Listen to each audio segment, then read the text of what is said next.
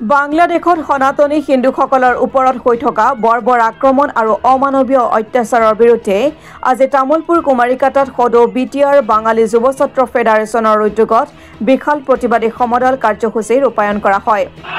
বাংলাদেশ সরকার unit সরকার হুঁশিয়ার unit সরকার go back unit সরকার হুঁশিয়ার ভারত বিরোধী মৌলবাদী অতি হুঁশিয়ার भारत माता के वंदे वंदे मधु विचार बांग्ला युवा छात्र फेडरेशन जिंदाबाद मधु विचार बांग्ला युवा छात्र बांग्लादेश सरकार गो बैक बांग्लादेश सरकार गो बैक बांग्लादेश सरकार हाय हाय बांग्लादेश सरकार हाय हाय बोलो बोलो भारत माता के बोलो बोलो भारत माता के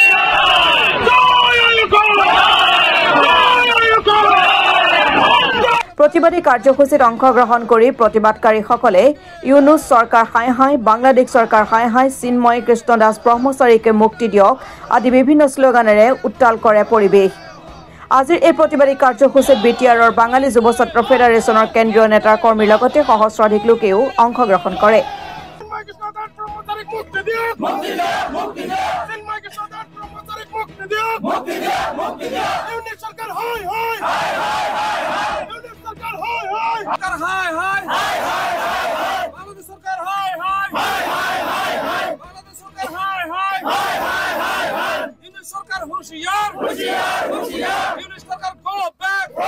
বিভিন্ন সময়ে হিন্দু সংখ্যালঘুৰ ওপৰত বিভিন্নভাৱে অত্যাচাৰ চলি আহিছে আজিৰ পৰা বহু আগৰ পৰাই আৰু বিশেষকৈ ইউনিট চৰকাৰ হোৱাৰ পিছৰ পৰাই আমি দেখিব লাগিছে আৰু বেছিকৈ এই বাংলাদেশৰ মৌলবাদী এটা শক্তিৰ দ্বাৰা এই হিন্দু সংখ্যালঘুৰ ওপৰত অত্যাচাৰ চলি আছে। শেহতীয়াভাৱে সেইদিনা এই ইস্কন ধৰ্মৰ চিন্ময় কৃষ্ণ ব্ৰহ্মচাৰী তেখেতক গ্ৰেপ্তাৰ কৰিছে।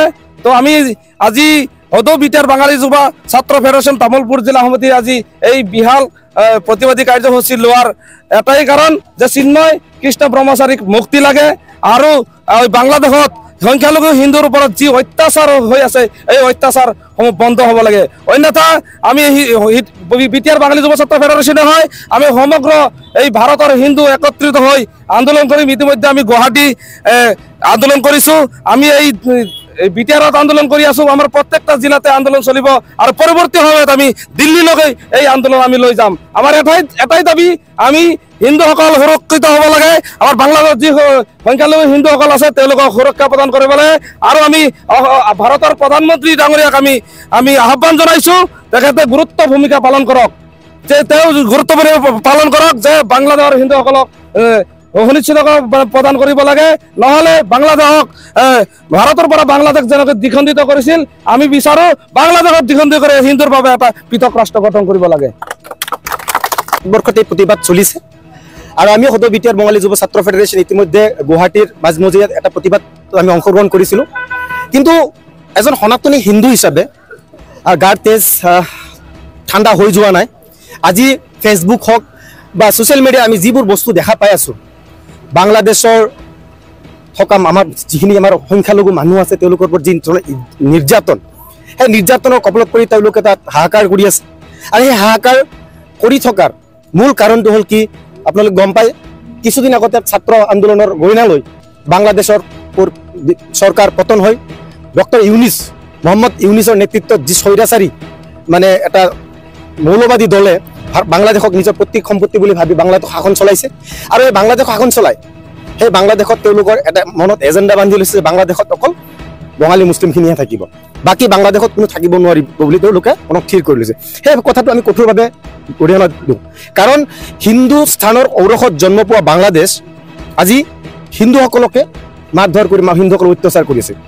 সেই বিষয়টো লৈ পেলাই আমি সদৌ বিটিআৰ বাঙালী যুৱ ছাত্ৰ ফেডাৰেশ্যন লগত আমাৰ বিভিন্ন দল সংগঠনে বৰ উদ্বিগ্নতা প্ৰকাশ কৰিছোঁ আৰু এই ধৰণৰ স্বৈৰাচাৰী শাসনক প্ৰতিবাদ কৰি আমি অসম চৰকাৰ ভাৰত চৰকাৰ আৰু হিউমেন ৰাইটছ জেনেভা আৰু বাংলাদেশৰ যি স্বৈৰাচাৰী মৌলবাদী মানে শাসন চলাই আছে ইউনিছ গভৰ্ণমেণ্টক আমি ধিক্কাৰ জনাইছোঁ আৰু আপোনালোকৰ মাধ্যমেদি সকলো হিন্দু সেই বঙালী হওক মাৰোৱাৰী হওক বিহাৰী হওক নেপালী হওক আদিবাসী হওক সকলোৱে একগোট হৈ আজি আমাৰ ধৰ্ম লৈ পেলাই যেহেতু কথা আহিছে ধৰ্ম ৰক্ষাৰ কাৰণে সকলো ওলাই আহিব লাগে। লগে লগে আৰু ভাৰত চৰকাৰক আমি এটা অনুৰোধ জনাব বিচাৰিছোঁ, আজিৰ পৰা বহু বছৰ 1971 চনত যদি পাকিস্তানৰ অত্যাচাৰৰ কবলৰ পৰা হিন্দুসকলক ৰক্ষাৰ কাৰণে বা বাংলাদেশৰ মুছলিমক ৰক্ষাৰ কাৰণে তেতিয়াই যদি পাকিস্তানক দুভাগ কৰি বাংলাদেশত জন্ম দিব পাৰিছিল নিজৰ সেনাবাহিনী পঠাই, কিন্তু আজিও তেনে এটা ব্যৱস্থা কৰিব লাগে। আৰু ইতিমধ্যে আমি গুৱাহাটীৰ প্ৰতিবাদত আমি কৈছিলোঁ, যদি ভাৰত চৰকাৰে ভাবে তাতে তেওঁৰ ভাৰতৰ বিভিন্ন আৰ্মি বা ফ'ৰ্চ তেওঁলোকে পঠাই তেওঁলোকৰ অসুবিধাত পৰিব বা তেওঁলোকৰ ক্ষতি হ'ব, তেতিয়াহ'লে আমাক তেওঁলোকে ৰিক্ৰুট দিয়ক, আমি বাংলাদেশ যাবলৈ সাজু আছোঁ। তামুলপুৰৰ পৰা সুমন গড়টোলা ৰিপৰ্ট, অসম টুডে।